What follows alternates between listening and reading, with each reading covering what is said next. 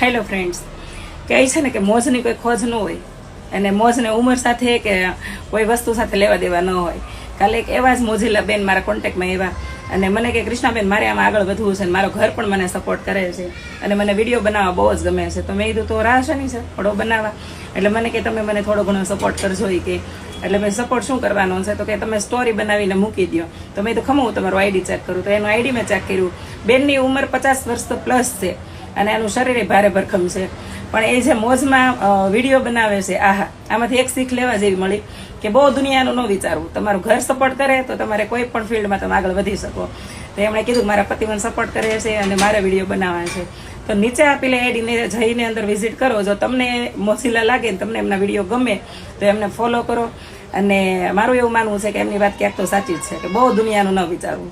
મોજની કોઈ ખોજ ન હોય, એ કોઈ પણ ઉંમરે અને ગમે તે લેવલે કરી શકે. જય માતાજી.